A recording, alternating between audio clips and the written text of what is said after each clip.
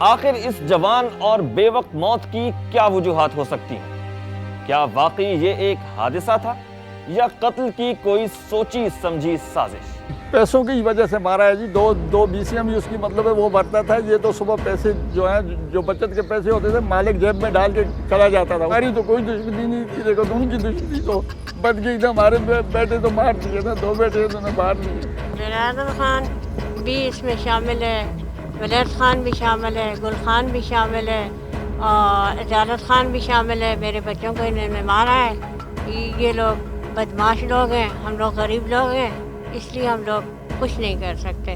حکومت کے پاس جاتے ہیں وہ بھی رشوت کھا کے ان لوگوں کو چھوڑ دیتی ہے. صدر صاحب کو درخواست دی ہے, وزیر اعظم صاحب کو درخواست دی ہے, اور چیف جسٹس کو درخواست دی ہے, لیکن ان لوگوں نے کچھ بھی اب تک نہیں کیا. وہ بدماش پھیل رہے ہیں اور 2.5 سال ہو رہے ہیں میرے بچے کو مرے ہوئے, ابھی تک ان لوگوں نے کچھ بھی نہیں کیا.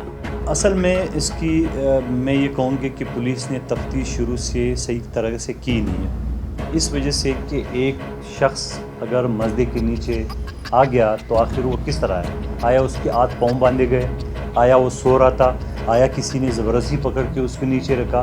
یہ ساری چیزیں ڈپینڈ کرتے ہیں ایویڈنس پہ. پولیس نے یہ کیس جو بنا ہے وہ قتل خطا کا بنا ہے. میرا یہ کہنا ہے کہ اگر صحیح تفتیش ہوتی یا کورٹ میں ایویڈنس آ جاتا تو ہو سکتا ہے کہ یہ قتل عامد میں تبدیل ہو جاتا. چونکہ ملزم بھاگ گیا, اس وجہ سے زیادہ خدشات یہ ہے کہ یہ قتل عامد ہی تھا. اس بارے میں کچھ نہیں کہہ سکتا ہے, مجھے کوئی علم نہیں ہے بھائی. وہ دونوں ڈرائیور کنڈکٹر آپس میں یعنی کوئی میرے سامنے کوئی تو میں کوئی مماری کبھی بھی نہیں ہوا. تب میں کیسے کہہ سکتا ہوں؟ ایکچولی یہ قتل نہیں ہے, یہ ایکسیڈنٹ ہے, اور یہ جو ہے سیکشن بھی ایکسیڈنٹ کا لگا ہوا ہے. یہ جو ایلیگیشن لگا رہا ہے قتل کے 302 نہیں ہے, یہ 320 ہے, اور 320 غفلت لاپرواہی کا کیس ہوتا ہے. یہ کنڈکٹر تھا, اس کا کہنا یہ تھا کہ میں گاڑی میں تھا ہی نہیں. یہ گاڑی کے نیچے جو ہے جو ڈرائیور اصل تھا جس کو جو ڈسیس ہے وہ خود جو ہے گاڑی کے فالٹ کو نکالتے وقت اس کی موت ہو گئی تھی. وقت پورا ہوا تھا, گاڑی سلپ ہو گئی, کیسے ہو گئی. اب یہ چیزیں جو ہے فارمیٹ آف ایویڈنس تھی کہ مین وائل جو ہے ملزم چلا گیا. ملزم کے ایکسکانڈر ہونے کی وجہ سے کیا آپ کی ویسے سے لا پریکٹیشنر آپ کے ذہن میں شکوک و شبہات نہیں اٹھتے کہ بندہ ایکسکانڈر ہوا ہے مینس کہ ہی واز ڈیفالٹر؟ اس میں ہوتے ہیں, لیکن اس طرح سے یہ بھی ہم نہیں کہہ سکتے کہ اس کو قصوروار تھا تو وہ بھاگ گیا. اس میں بہت سے عوامل اور بھی ہیں کہ وہ بے قصور تھا, اور اس کو یہ ہوتا کہ میں بے قصور ہوں, خواہ مجھے جو ہے 8-10 سال جو ہے کیس کے چکرے بھی کاٹنے پڑیں گے. بعد میں جو ہے کیس ثابت ہو یا نہ ہو, میرا جو زندگی وہ بچہ تھا تقریباً 18-19 سال اس کی ایج تھی, تو وہ اس وجہ سے بھی وہ ابسکنڈ کر سکتا ہے. اس کیس سے جڑے حقائق سے پردہ اٹھانے کے لیے جو ان کی ٹیم نے ایک بار پھر رخت سفر باندھا اور سعید آباد پولیس اسٹیشن جا پہنچی. مگر اس سے قبل کہ ہم تھانہ انچارج تک پہنچ پاتے, ہماری نگاہ اس خونی بس پر جا پڑی جو قاسم شاہ کی المناک موت کا باعث بنی تھی. بالآخر جرم کی ٹیم چودھری عبدالمعید تک رسائی حاصل کرنے میں کامیاب ہو ہی گئی.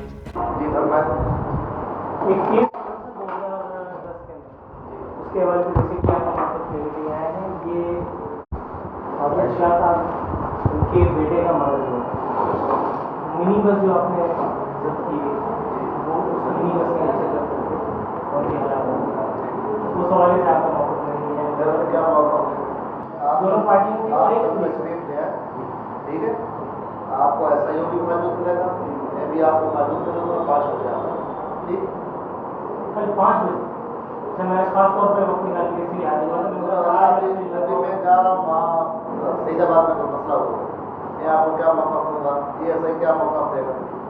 آپ کل 5 بجے آ جائیں, ایسا ہی صاحب یہاں موجود ہوگا جو انچارج انویسٹیگیشن 320 وہ آپ کو مزید بتائے گا, میں بھی آپ کو بتاؤں.